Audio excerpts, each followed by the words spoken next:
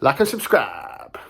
Hello everybody and welcome to today's video from Nick Taylor Plumbing Limited. Today we're going to be discussing about an air check, the pros and the cons of these wonderful devices. So this is one we've cut out of somebody's central heating system.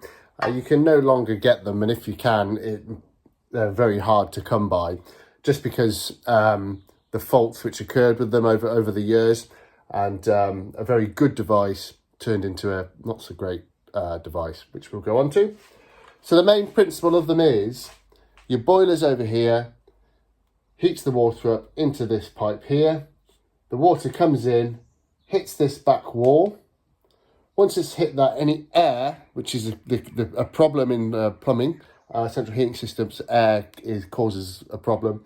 It would hit this, and then it goes up the vent pipe, safely up, and vents itself. So it's almost like almost like an air admittance valve in a way. The hot water then goes through this pipe to your radiators to heat the hot water cylinder, and then back to your boiler to be reheated. This pipe here is from the feed and expansion tank in the loft, where it comes down and then it refills the central heating system with water. And that will happen if you're draining down, or if there's loads of air for whatever reason, it'll go up here, the air will go out, and it'll get replaced with water, fresh water. This is more of a dissected view on it. You can see the flow pipe where it comes in. This is inside the valve. So the hot water comes in this way, and then it hits this back wall here. So any air hits that, and then the bubbles go up, and then up through the vents. The air goes safely away. Any air which leaves the system needs to be replaced with water. So you've got the fresh water from the feed and expansion tank, which comes in and refills the system. So that works really well. And then the hot water from the boiler comes along here and goes back to the hot water cylinder to heat the water, or to the radiators, depending on how it's piped up, and then back to the boiler to be reheated, and the cycle starts over again. Now, the problem with these are fitted everywhere, and I've not come across them for years. And then funnily enough, within a space of a week, I've come across 3. So, that's just how it works.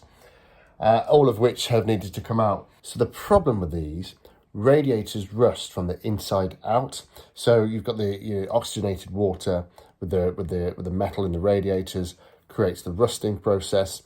That process generates a gas, and that gas is what you can either hear gurgling around your central heating system, around your radiators, or it actually makes your system more inefficient. So if your radiators, the top half's cold, say, and the bottom half's hot, that's because it's full of air. The top half's air and it doesn't get as hot, and the bottom half is full of water, which gets hot. And that rusting process creates like a black sludge. So it's like the iron filings from the inside of the radiator, which are just basically flaked off. And those iron filings find their way around the system through the copper pipework, through the boiler, which is not great. And then it comes into here.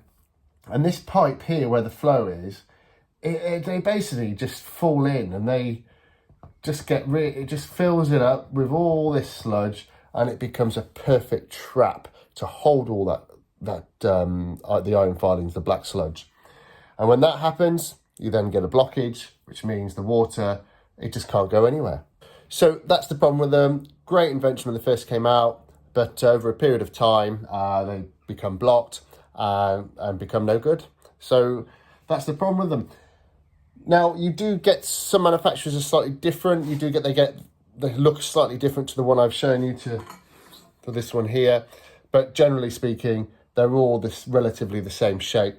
This might be slightly bigger, or you might be piped up that way.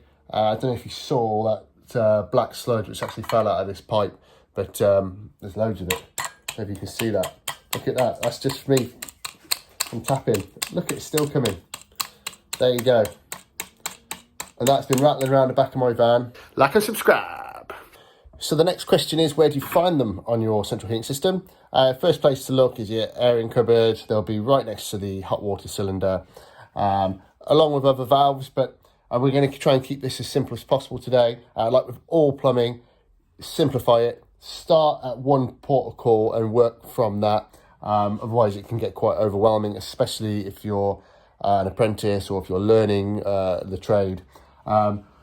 So this diagram here, just to give you a bit of a brief. Yes, I have simplified this, believe it or not. So your boiler's here. You've got your flow pipe and your return pipe. So it comes across here. This is your hot water cylinder, feed and expansion tank, and this is the air check just here. And we've got the radiators around the whole house there, just again simplified. So boiler heats the water up through the flow pipe. That's hot water. It's coming around here. You've got your central heating pump and other valves, but again, I've simplified it. This is a motorized zone valve. Don't worry about that just yet. We'll do another video on that at a later date. But the main purpose of this is it's like almost like a railway track. You know, if you want to go one way, you divert the water that way or the train that way, or if you want to go the other way, you divert it the other way, which is done through wiring, but that's another conversation for another day. So flow, hot water comes through here.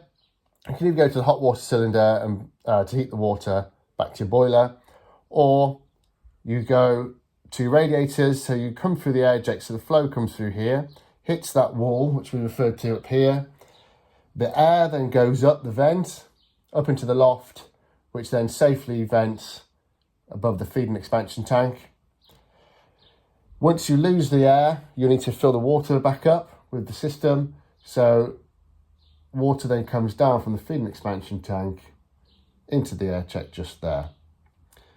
So the flow comes here for the hot from the radiator, comes back round, down through this pipe to the radiators, and then back to your boiler to get heated up, and the cycle starts again. So that is a very quick explanation to where you would find it on your central heating system. So the only other thing to really point out about these, there's a procedure which I used when I'm plumbing a central heating system in called Very Correct Procedure, or VCP. And what that stands for is vent, cold feed, pump. So the pump, if it was my installation, I'd put the pump, on this pipe work around here. So, because the pump pulls the water. And the whole idea of that, and the whole idea of plumbing is to prolong the life of all the valves. Now, air creates problems and causes damages, particularly to the pump. So this setup, the way they did this was originally, like I said, like a hallelujah moment from the plumbing industry until we had the rusting process, which creates the iron filings, which then gets clogged up in here and therefore becomes completely inefficient and pointless. So that's it. Thanks ever so much for watching this video from Nick Taylor Plumbing. And lastly, please like and subscribe, and we'll see you soon.